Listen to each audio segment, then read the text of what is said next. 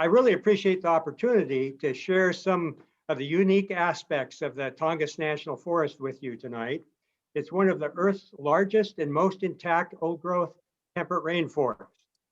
And my goal tonight is to provide you with a flavor of my new book, Tongass Odyssey. I'll approach this in 3 parts. First, I'll discuss some of the biology of the Tongass. Next, I'll describe some of the interesting politics involved with Tongass conservation. And finally, I'll share some personal reflections over the last 4 decades. So now I'm going to come down here and share the screen. There we go. Okay.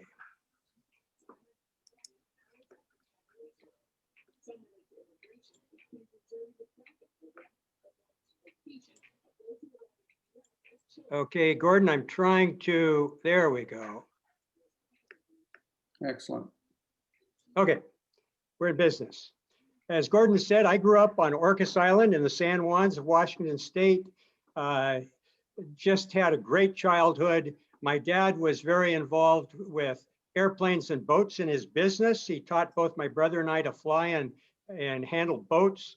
I went to Whitman College in 1965 across the Cascades over on the east side in Walla Walla, where I became a biology major. I met Mary Beth. We celebrated our 50th anniversary last September. And then after we were married, I went to graduate school, studied elk in the Cascades, and then we moved to Alaska. And we moved to Alaska in 1976. And then in 1977, we moved to Juneau, where I became a research biologist with the Alaska Department of Fish and Game. Started out studying deer, also worked on mountain goats and then brown bears, but we're going to talk about deer first. And in the 1970s, the Forest Service was clear cutting about 2,000 acres of old growth annually on the Tongass. And many people had concerns about what impact this may have on fish and wildlife, and that led to my joining the department and focused early on looking at the effects of logging on black-tailed deer habitat. And I remember one day in May in '77, flying my first field trip to Admiralty Island, flying up the coast, the west side of Admiralty, turning into Hood Bay. There was a pod of humpback whales feeding right at the mouth of the bay, and there were dozens of bald eagles perched in the tops of hemlock and spruce along the beach fringe forest. We went up to the head of the bay, landed, climbed out of the beaver float plane, and saw enormous brown bear tracks in the beach. And we were listening to the hoots of dusky grouse and the calls of varied thrush and hermit thrush. And I thought to myself, my God, this is work. I'm getting paid for this. Unbelievable. So it was unbelievable. I had just an amazing experience working out of Juneau on the Tongass Forest. But I want to step back for just a minute and talk a little bit about temperate rainforests. Take the big picture view. These are forests that occur at mid and upper latitudes in a maritime climate. And the temperate rainforest really characterizes Southeast Alaska. Temperate rainforests are relatively rare across the globe. And here we have in red some of the major coastal temperate rainforests of the world. And there are only about half a dozen that are still, identified as major temperate rainforest. And the Pacific Northwest temperate rainforest is the largest. And this rainforest extends from Northern California all the way up through British Columbia and Alaska, Prince William Sound, the Chugach Forest, the Kenai Peninsula, and over to Afognak Island. And you see the red on the map represents the original temperate old growth that was logged or developed. And in green, you see still intact temperate rainforest. And really the largest intact temperate rainforest left on Earth is in northern British Columbia in the Tongass forest. Southeast Alaska is about 23 million acres in size. The Tongass represents about 80% of this area and extends from the Canadian border all the way up north to Yakutat Bay. And there are 18,000 miles of shoreline, 5,000 islands, and the Tongass represents about 30% of the Earth's old growth temperate rainforest. And I might just mention that islands are a really significant part of the Tongass. And islands make land management much more complex because of habitat fragmentation, island fragmentation. We have different species that occur on different islands.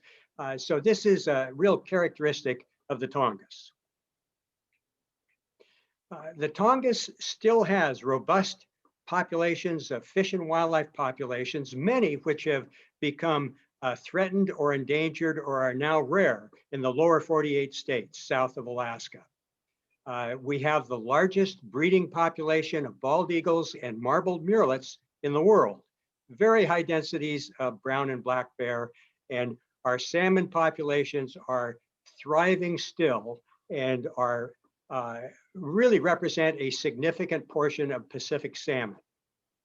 And the wolf we see here, we have a subspecies of wolf, the Alexander archipelago wolf, that is centered around the southern islands and largely Prince of Wales Island.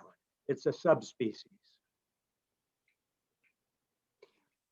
So phase one of our deer research took place on Admiralty Island and Chichgoff Island.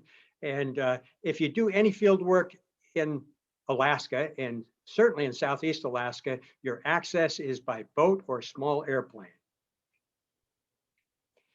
The objectives of the first phase of our research was to look at the habitat values of old growth forest compared to adjacent clear cuts and second growth forest. For many years, hunters and conservationists and wildlife biologists were concerned about the impacts of forest management on deer. So I was joined by my colleague, Dr. Charlie Walmo from the research branch of the Forest Service, and then later Matt Kirchhoff from Alaska Department of Fish and Game, and we worked together. And the first phase of this research was really to look at measure the deer densities in these different habitat types and evaluate their value to deer on a seasonal basis. Well, old growth forest has high value for deer year round. It has abundant food and shelter from winter storms. Second growth deer habitat is of very low quality. There's little food in these dark, even age stands, and they have low value year round.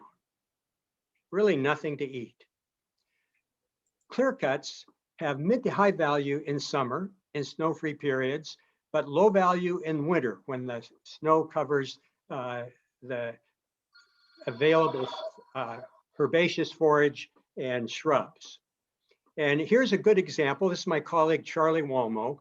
In the left, he's standing in an old growth forest in the winter, and you can see patches of snow, but the snow depth is very low.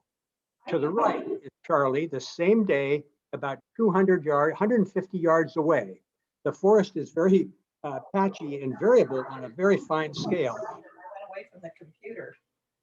And Charlie is standing thigh deep in an open muskeg, which would be like a clear cut. There's no forest canopy to intercept snow. Light. Okay. Okay, we're good. I think somebody needs to turn their mute button on. Oh, now see, John's yelling at me because I'm talking to you on the phone. Okay, so let's just describe what an old growth forest is. And for those of you living in Oregon, you have some old growth forest left, but not nearly as much as you had 100 years ago. Well, these forests have old trees. The average age of a old growth tree in the Tongass is 300 years, but these trees, the red cedar and yellow cedar, hemlock and spruce trees, they can be as old as 800 to 1,000 years. These forests are uneven aged. They're dynamic forest, and the death of old trees is compensated for by the growth of new trees on a very fine scale. Individual trees will die from insect infestation or blow down in a windstorm, perhaps is maybe 5 acres at a crack, but it's a very fine scaled diversity. And these forests have broken multi-layered canopies. And these broken canopies allow abundant sunlight to get through the forest canopy and reach the forest floor, which results in a diverse and abundant community of forest floor plants. Another characteristic of old growth forest is dead and down trees. You know, the old snags and then the down trees on the forest floor. Foresters in the old days used to call these overmature forest, decadent forest that needed to be harvested and have a vigorous young growth of trees. Well, we know today that there is no waste in a forest, that these decadent old trees and the dead trees and the down trees are very important in terms of providing habitat diversity and important habitat for a variety of birds and mammals and amphibians and other wildlife. So here's a bird's eye view of an old growth forest. Looking at the old growth canopy, you can see the silver snags, the dead trees sticking up through the canopy. You can see the gaps in the canopy. This is very characteristic of old growth. And these trees, some of these trees are, you know, literally centuries, 300, 400, 500, 600 years old. Stepping back a little bit or flying back a little bit, you can really see this, the difference between second growth, the smooth canopy, and the old growth that's patchy and ragged, allows light to shine through. The big trees intercept snow, and the second growth is very closed and they're very dark stands. And the contrast between old growth and second growth is really dramatic. A second growth stand on the left and old growth stand on the right. And you can see the structural diversity and the habitat variety that occurs in old growth compared to second growth. You know, virtually no food for herbivore in those second growth stands on the left. A key factor when you describe conservation of forest and old growth is that old growth forests are not renewable. These forests are centuries old. When they're clear cut on a rotation of 80 to 100 years, you never again regain the ecological structure of old growth. So remember that. This is absolute key. Old growth is non-renewable. Now, looking at the Tongass as a whole, 16.8 million acres. This is the largest national forest in the United States. It's about the size of West Virginia. And people think of the Tongass as being this vast temperate rainforest. But take it from me, I've hiked through these areas, I've run a boat through these islands, and I've flown hundreds of hours in a small airplane doing surveys and radio tracking of wildlife. And the forest, the trees only cover about half the land base of the Tongass. We've got many square miles of ice fields and glaciers. We've got alpine, subalpine, we've got muskeg bogs and avalanche slopes.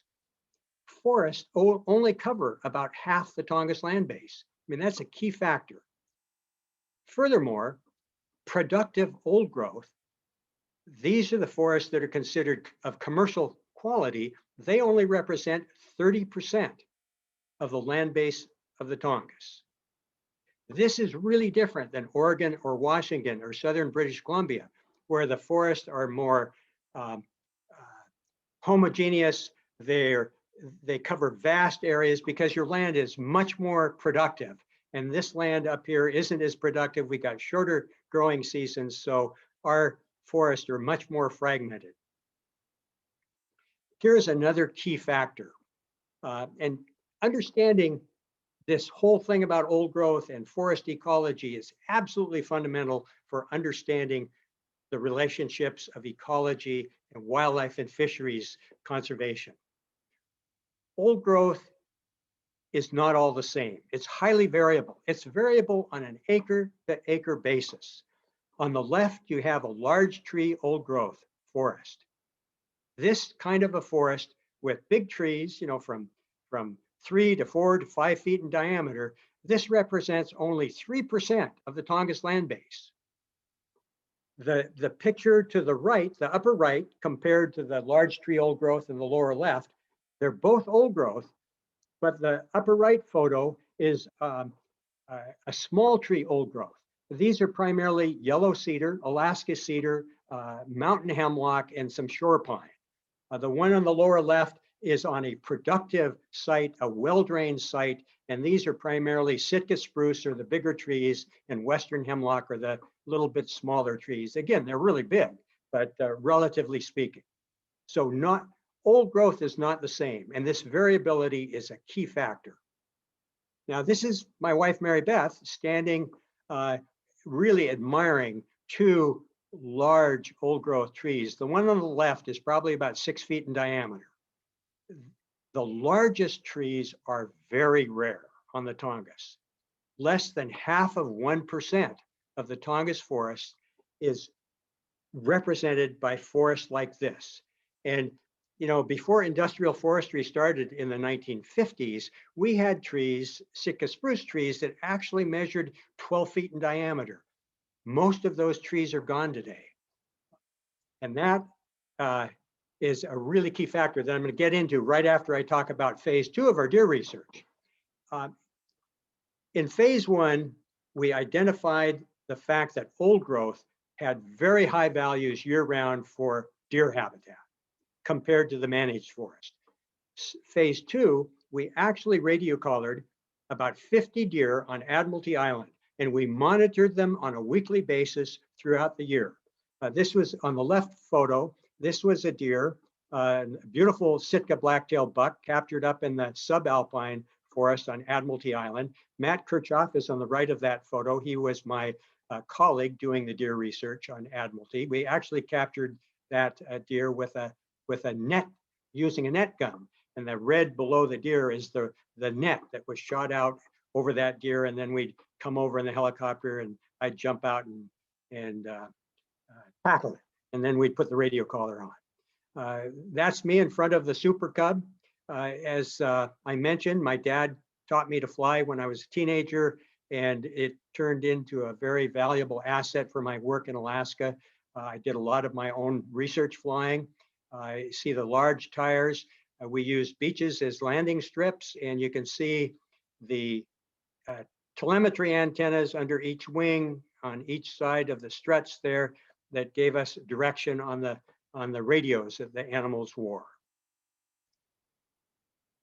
Now, I've already been through this. I just want to reiterate that the habitat mosaic on the Tongass is highly variable.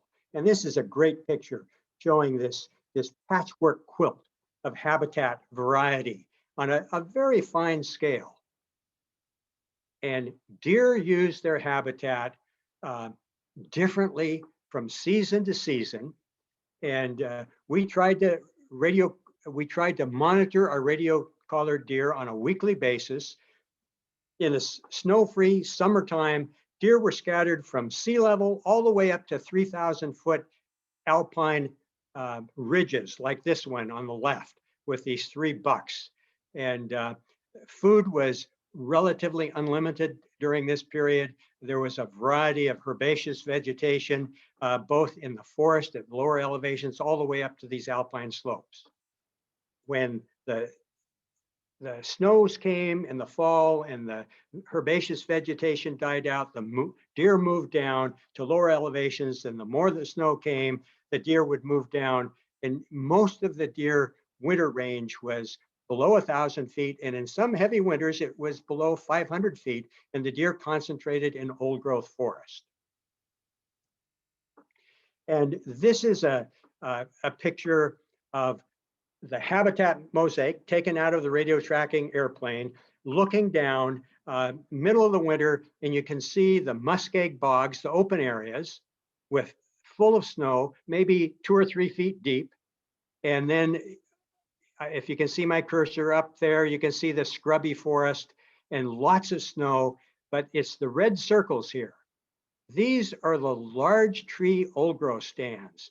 And in heavy snow winters, over half of the deer locations, sometimes 3/4 of the deer locations would occur in these rare large tree old growth stands, representing, less than 5% of the study area, because those big trees with the broad limbs, there would be snow-free patches under the canopy.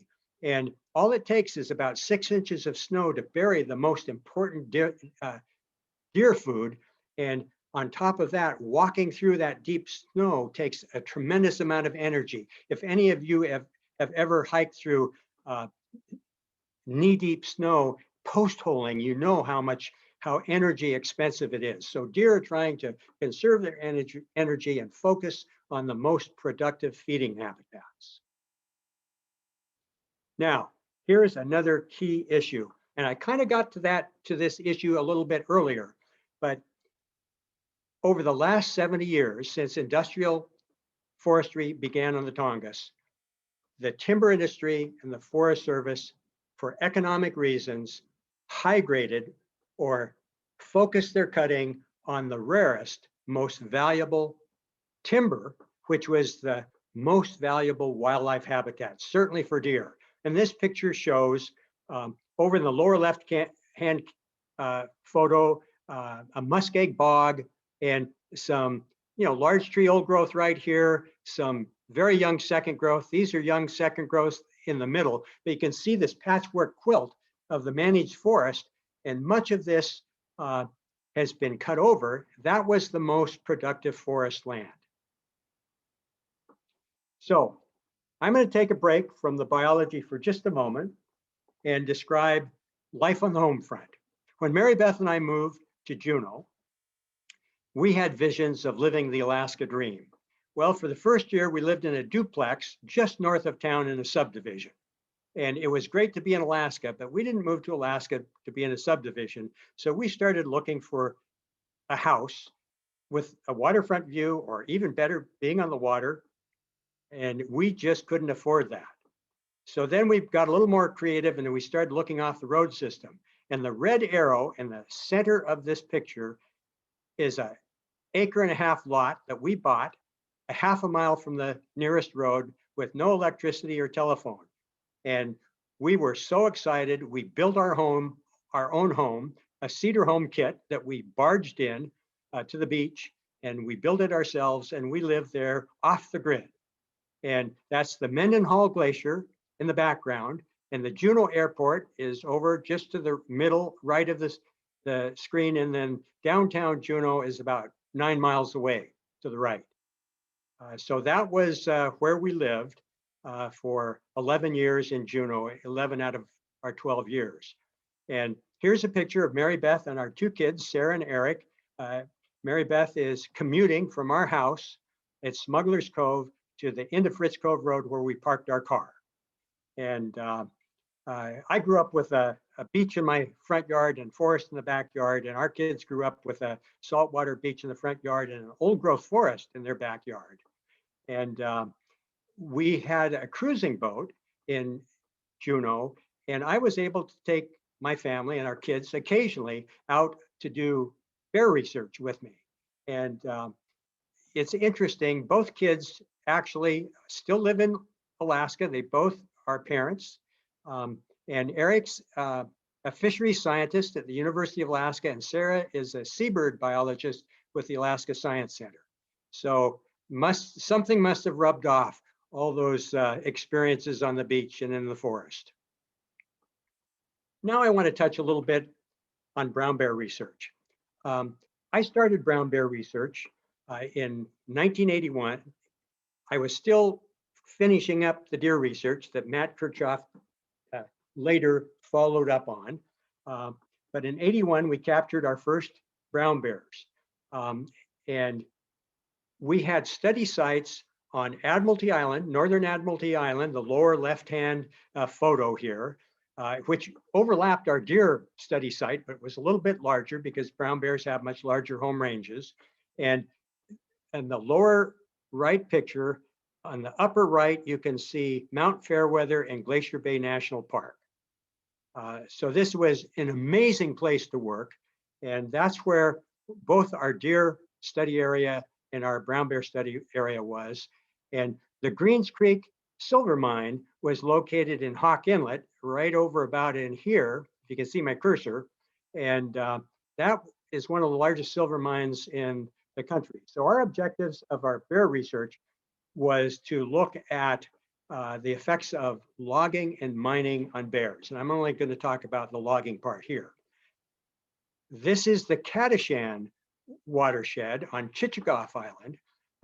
And we had radio collared bears here. This is the Kadashan River Delta, a very productive watershed, about 30,000 acres in size, with tremendous salmon spawning streams. This is Crab Bay. You can see that there's the clear-cut logging up here. Kadashan was surrounded by watersheds that had extensive clear-cut logging.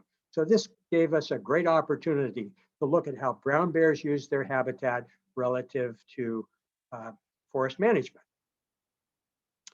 We captured from 81 to 89, while I was doing the work, we captured about 100 brown bears on Admiralty and Chichagof Islands. This is Laverne Beyer, who was my partner on this project. And he and I were there with an 11-year-old male brown bear, number 46, on a 3,000-foot ridge above Greens Creek on Admiralty Island. And we captured bears by darting them with a dart out of a helicopter when they were up in the high alpine and they were in open area, sometime down also on the big river deltas like Kadashan River Delta. Another technique we used was snaring them along salmon streams. You can see Laverne setting up a leg hole snare. This was exciting but very stressful work. Wasn't fun for the bears and it wasn't fun for us, but we learned so much that it was certainly worth doing. Now, life begins in the den. Bear cubs are born in the den in December or January. They weigh less than a pound, and they come out in late April or May, and they might weigh close to 10 pounds.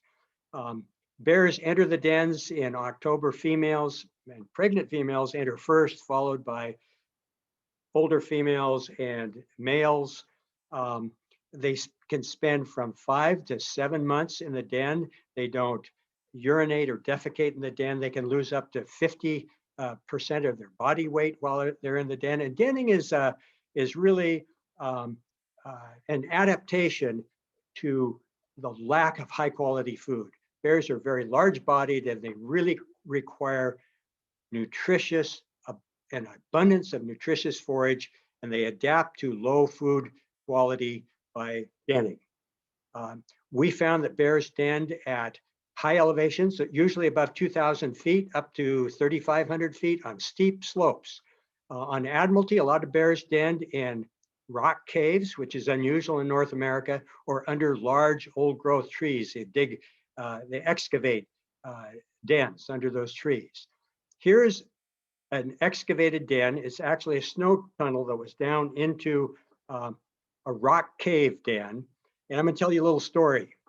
The week before I took this picture, we saw this bear, number 60, with her 2-year-old male cub standing outside the den.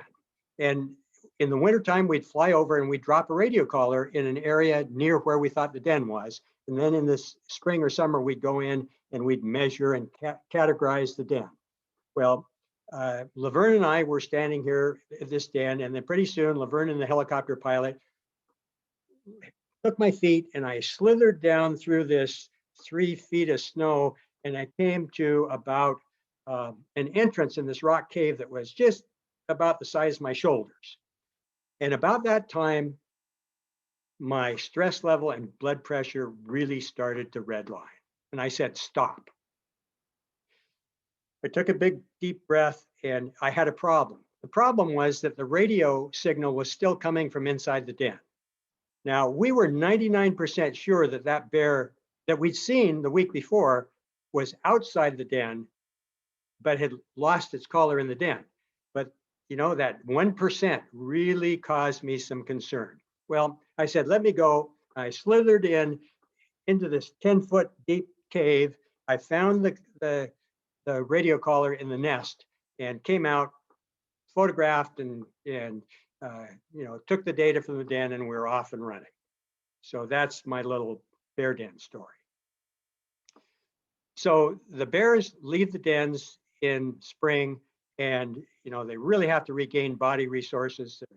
Generally head down to low elevations. The upper left photo is Sedge River Delta on Admiralty Island, and at this time of the year, the bears would be feeding out there on sedges, you know, grazing like cattle alongside Canada geese oftentimes. You can see the snow that's still at the edge of the trees. The bears would also start digging skunk cabbage, and they'd eat the roots, they'd eat other roots, and they'd look for winter killed animals. So they're just scavenging whatever they can get. As the snow melted from the high country, the bears moved up, and many of the bears on Admiralty Island would be up in the subalpine meadows where they had an abundance of food in green vegetation and roots and small mammals and occasional deer. And then by early June, by the middle or early July, by the middle of July, when the salmon came into the streams, most of the bears would move down to the salmon streams, and they would feed on a smorgasbord of salmon. After the salmon streams, the salmon runs were over, the bears again would move back up, feeding on late berry crops, and then they'd look for den sites, and they'd den beginning in October for the females, and the males would go in maybe in November or even early December. So that's kind of the life cycle of the bears. When the bears were up in the high country, we would do surveys, and we would count the number of bears that we would see from our small super cub, and we would calculate a ratio from the number of marked bears versus unmarked bears, and we could estimate the density of bears. And we estimated a density on Admiralty Island of 1 bear per square mile. Now, this is one of the highest densities found anywhere on Earth of brown bears, and it's equivalent to Kodiak Island or the Katmai Coast. So these were, you know, just amazing animals. We could fly for an hour doing our densities in the late evening and our density surveys in the late evening, and maybe see 50 bears. That's just unheard of. So I just want to touch a little bit more. When the salmon are running, literally millions of salmon would swim upstream to spawn in thousands of miles of rivers and streams coming through the old growth forest in Southeast Alaska. Really the critical habitat at this time of year is in the riparian or streamside old growth. And all 5 species of Pacific salmon nest or spawn in the Tongass. In our study area, pink salmon and chum salmon. The lower right-hand corner is a chum salmon. These were the most common salmon that were spawning in our study area. A female brown bear can consume as much as 2,000 pounds of salmon in a season. So salmon really anchored the productivity of South coastal Alaska and the Tongass. And bears play a key ecological role in that they disperse these marine-derived nutrients throughout the forest, throughout the floodplain forest. And you can look at the isotopes and nitrogen isotopes in spruce needles and hemlock and devil's club leaves and brown bear hair and deer feathers, and they have that marine nitrogen that come from salmon. So salmon fertilize this forest. It's really an amazing interconnection. So what impact does logging have on brown bears? Clear-cut logging reduces habitat value. Clear cuts and second growth don't have the same value as old growth forest. roads increase bear-human interactions, and logging increases mortality risk to bears. So we have really a double whammy: reduced habitat and increased mortality. Okay, so I know this is an Audubon group, so I knew that you wouldn't be satisfied if I just talked about mammals. So although I didn't personally do research on birds, many of my colleagues did. So I'm just going to give a very broad brush. Here are some of the characteristic Tongass birds. Northern goshawks and bald eagles both nest in old growth forest. Goshawks also hunt for small mammals and birds within the old growth forest. The spruce grouse, we have a subspecies, the Franklin spruce grouse on Prince of Wales Island in southern southeast that occurs in old growth forest. And then the Canada goose on the Tongass, we have a resident population of Canada goose, a small goose called the Vancouver Canada goose, a subspecies. And of course, we have woodpeckers, the hairy woodpecker and downy woodpecker. You know, they're just kind of the downy's a little bit smaller than the hairy. And then the red-breasted sapsucker. These are three of the characteristic birds. And the sapsucker, and particularly the hairy woodpecker, is important for creating cavities that are used by other cavity nesting birds. Woo, here we go. Forest songbirds, red-breasted nuthatch, chestnut-backed chickadee, and brown creeper. These are really important songbirds that occur in old growth forest. And they nest in cavities, and these are winter residents, and they also take shelter in the wintertime in cavities, often created by woodpeckers. And we also have a variety of migratory birds, Townsend's warbler and varied thresher, two good old growth birds that migrate up and nest in old growth forest. And here's one of my favorite birds. You're all aware of the marbled murrelet. They're threatened in the lower 48 in California, Oregon, and Washington, and into British Columbia. But the epicenter of marbled murrelets in the world is the Tongass. We have the highest nesting density of marbled murrelets in the world. That's a juvenile plumage in the upper left. And here's an adult bird. This was photographed on its nest by Jeff Hughes, a colleague of mine, who glued a radio to its back. And Jeff climbed up 60 feet up this old growth tree and took this picture.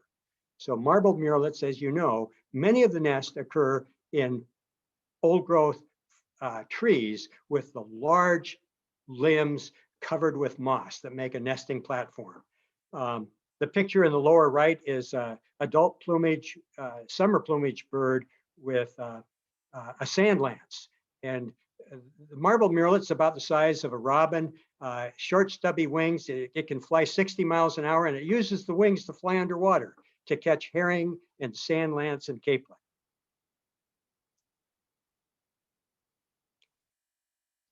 So I retired from ADF&G, Alaska Fish and Game, in 1996. In December, in January, I went to work for Audubon, Alaska.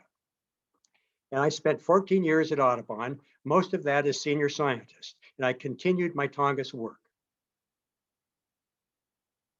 One of the big projects that I was involved in for most of my time at Audubon, I was involved with the Arctic Refuge and looking at important bird areas and the Tongass forest, a number of things, but I'm going to focus on the Tongass.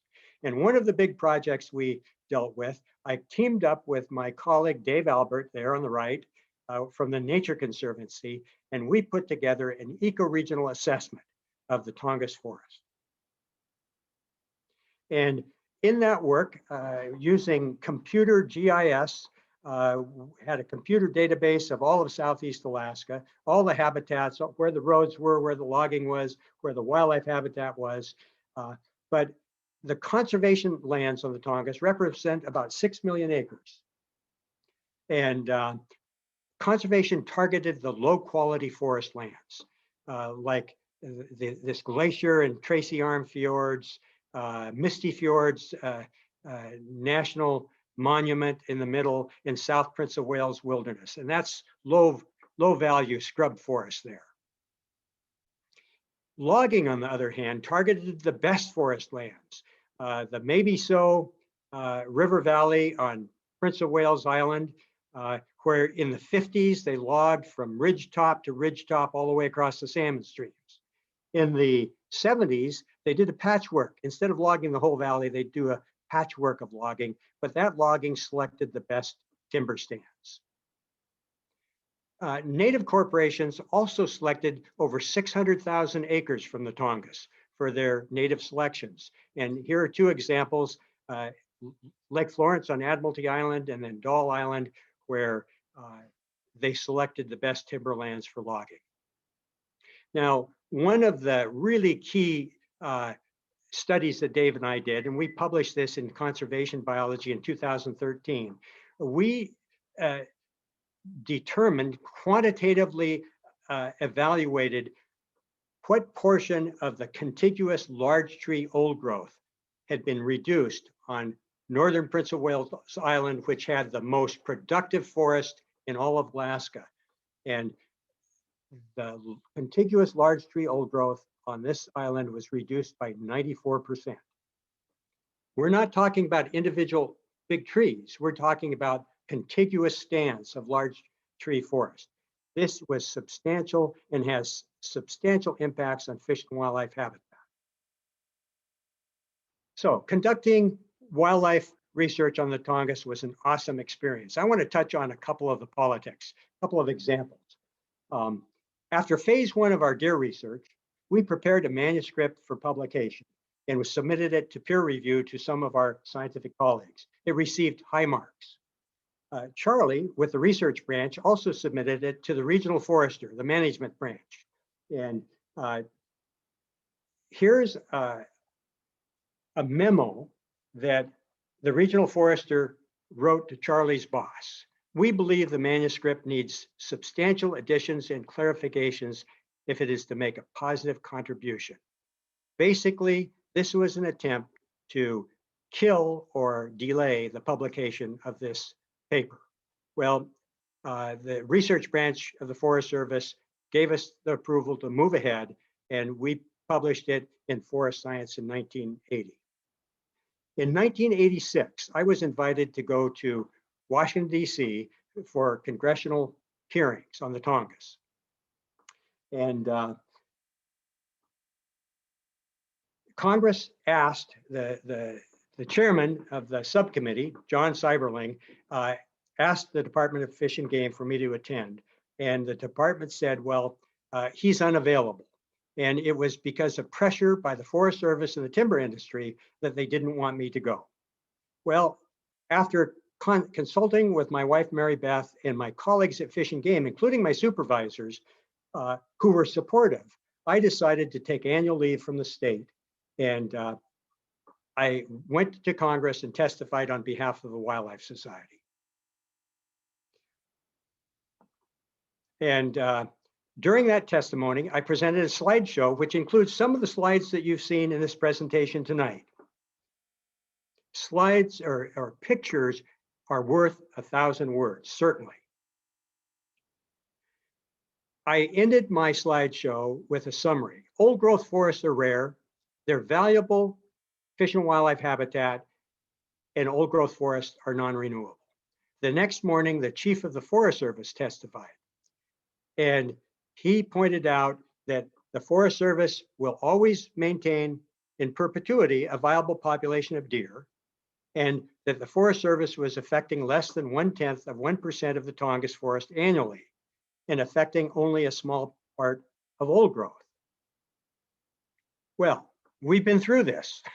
Remember, only 30% of the Tongass is commercial forest, only 3% is large tree old growth, and the best forest is high graded. The chief didn't talk about that, but the chairman, John Seiberling, raised that, and that's in the congressional record. There was a serious omission. Now, since 2000, scientists have been united in their consensus that old growth forests are very valuable and they should be conserved. And they're quite rare. In 2003, two former chiefs of the Forest Service, Jack Ward Thomas and Mike Dombeck, said it was time to end old growth logging in the United States.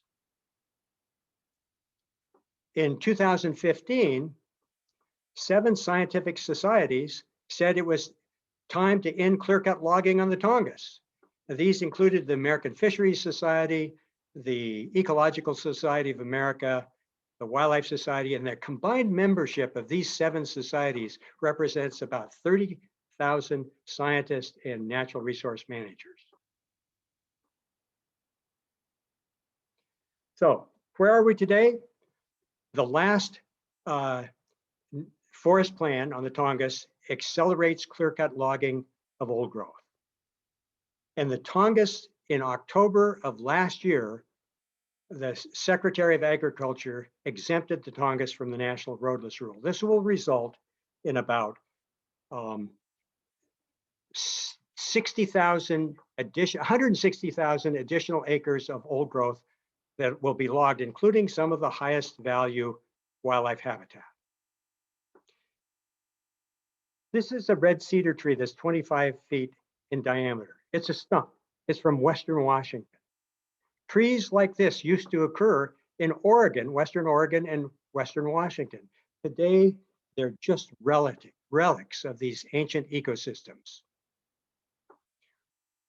Old growth forests are complex ecosystems that provide important habitat for a variety of fish and wildlife species. This ecosystem is all connected, and it's incumbent on us to conserve the natural diversity, including all its ecological parts. My goal for this book was to document the ecological impact of forest management on the Tongass and what we've learned over the last 4 decades. Continued clear-cut logging of old growth will place at risk many sustainable resource uses, from subsistence use of fish and wildlife to commercial and sport fishing, tourism and outdoor recreation, and carbon storage. The Tongass is one of the largest carbon sinks in the US and plays an important role in helping mitigate climate change. The Tongass National Forest is our last opportunity for conserving an old growth rainforest with all its functional parts, including ancient trees, salmon, brown bear, wolves, and forest birds. So, what can you do for the Tongass? I encourage you to support the great conservation work of many conservation organizations like Audubon and others.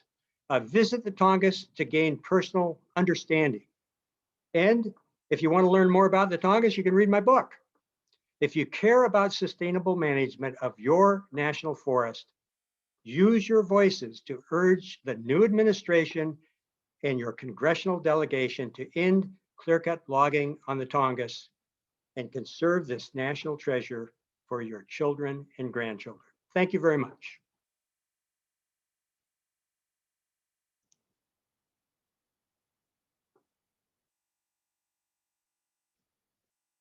That's it. I'm happy to take any questions if anybody has any.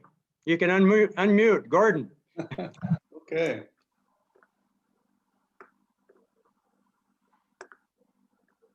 I'll start off with a question. So you started with Alaska Fish and Game in 1976, I think you said. Right. And your deer research kind of in the shortly afterwards. So you started off, as I read in your book, that you kind of walked transects and counted deer poop. Seems like a very sensible, low-cost thing to do. Then you went to your boss and you said, hey, I want to radio collar some deer, fly around in an airplane, and I want to do about 50 deer and fly hundreds of hours to keep track of these deer. And what the hell was your boss thinking when he said yes? Well, you know, I said, look, I know my shit, but it's time to do something else.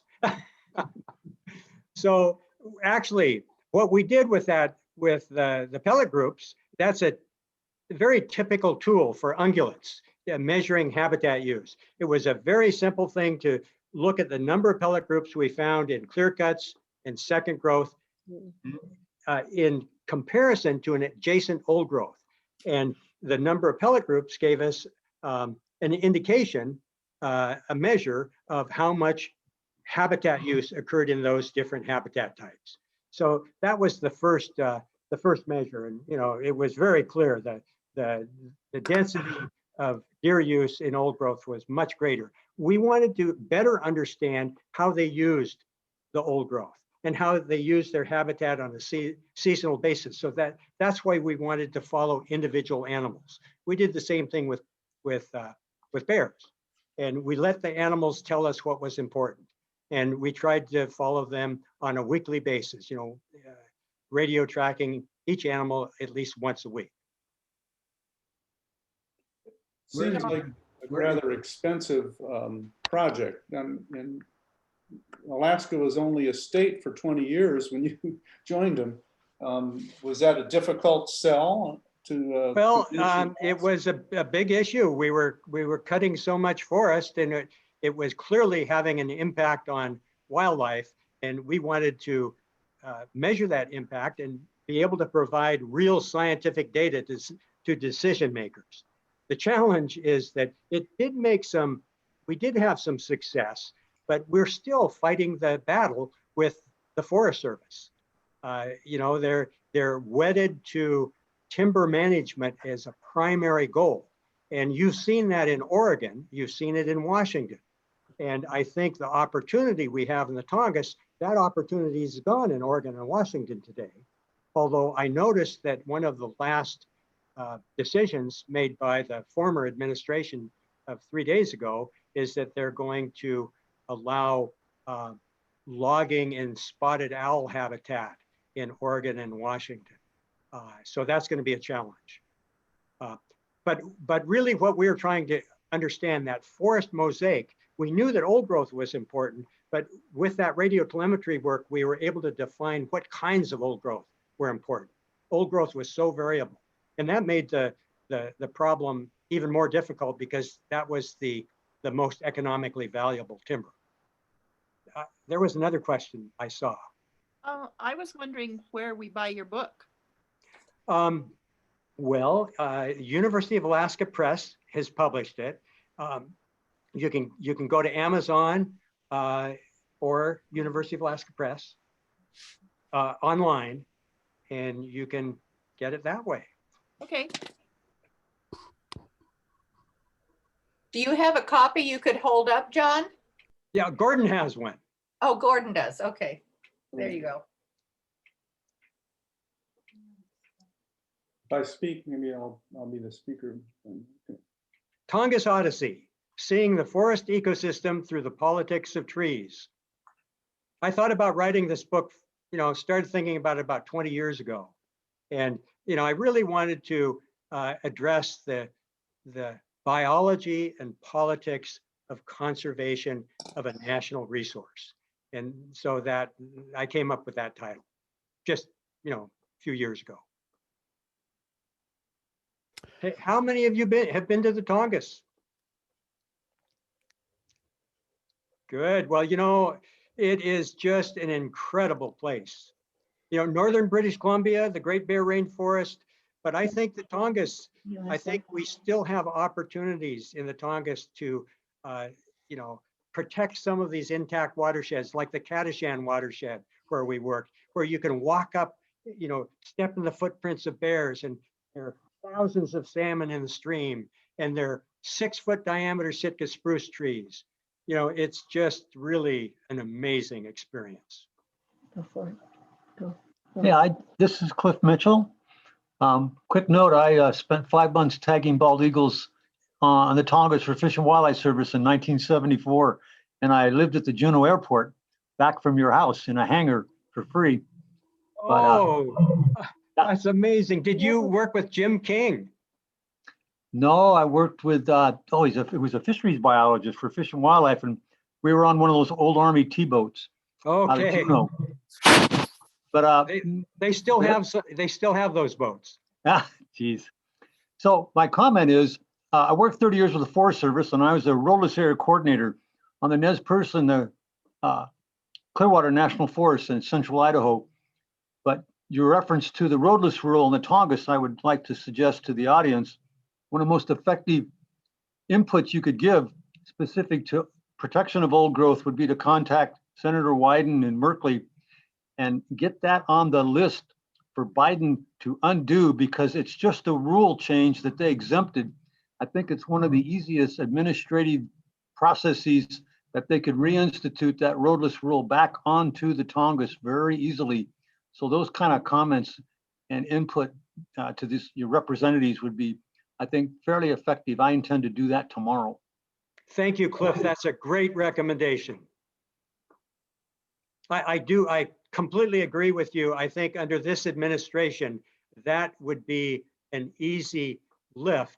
And with Biden's strong support behind climate change, I mean, the Tongass is really a major climate mitigation in the United States. You know, they talk about the Amazon being the lungs of the earth. Well, the Tongass is one of the major carbon sinks in the United States. So I would think that Biden would be very receptive to that. Will you put the details of Cliff, or would you put the details of that in chat? So we know who to contact in Oregon, but will you put, I mean, I know about the roadless rule, put a few more details so that we can sound like do X, Y, and Z. That would be helpful if you put that in the chat. And when you say put it in chat, I'm pretty technologically Okay.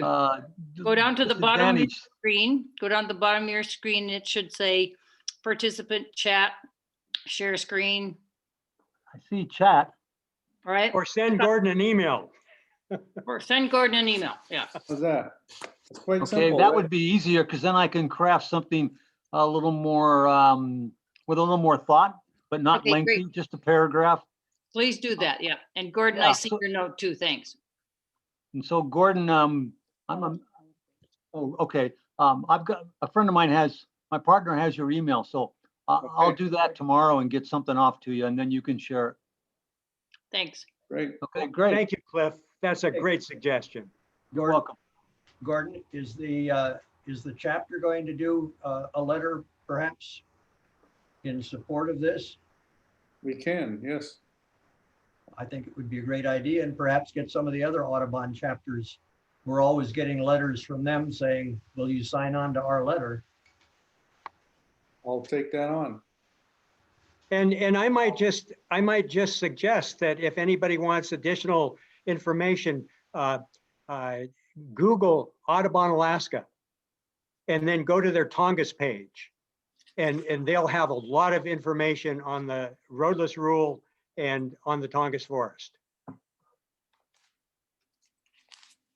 John, excuse me, John, this is Dave Reen.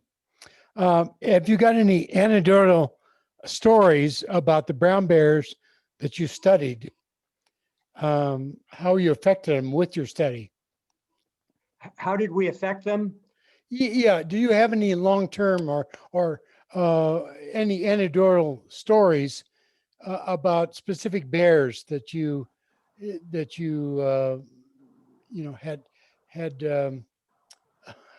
had time with or affected their presence? I'm not quite sure.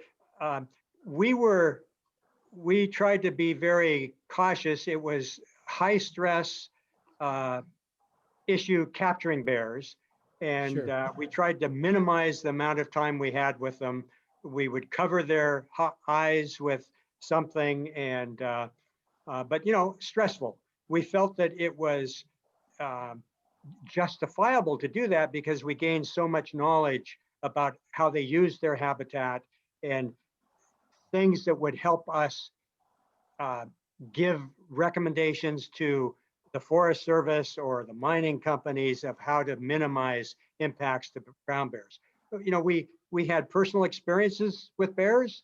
I remember spending a time, and Gordon probably has read this, standing on like a 5-foot diameter log on the beach in high beach rye grass, and a young subadult female, a mark bear actually, came up and joined me on that log. I think she was trying to push me off. She wasn't being aggressive, but I was in her space. And finally, we reached consensus at about 10 feet away, and she walked away. But, we had a few of those examples, those experiences. The bears really go out of their way to avoid people. I think, I used to say that bears and people were incompatible, and I've modified that now. And I say that humans are incompatible with bears because they don't tolerate bears close to their, because of safety and their worry about getting killed. Most bears you encounter, if they stand up, they're trying to get a better view of you. They're trying to figure out what you are, and they'll usually turn around and hightail it out of there. Brown bears are different than black bears, but I think that many interactions between bears and people, the bears come out on the low end of the step. I mean, it's a challenge. So what we can do for bear conservation is to minimize human intrusion into really critical habitat. Like in the middle of the salmon stream, we were working there, we were trying to deal with bears, but that's not a good place to be. And you can avoid those encounters. I don't know if that's what you were asking, but No, that's perfect, John. I personally spent a great deal of time, so I wanted some of that that personal touch that you were a part of.